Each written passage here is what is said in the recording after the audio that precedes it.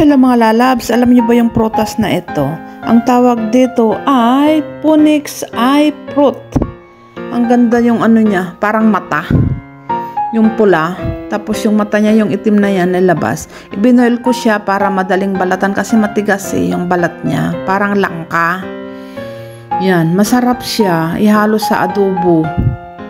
First time ko makatikim, bumili si amo. Yan, ibinoil ko muna para magbuka ka na ganyan, madali matanggal yung balat. Yan, kasi isa-isahin na balatan yan eh. Ang ganda. Ang sarap, parang ano siya, yung ginkgo nuts na pressed. Pero parang langka yung mga buto na yan oh. Ang sarap siya, promise. First time ko makatikim, malinamnam. Inihalo namin sa nilaga naming pinanay naming gulay. Yan, enjoy watching. Ang tawag dito ay Phoenix Eye Fruit.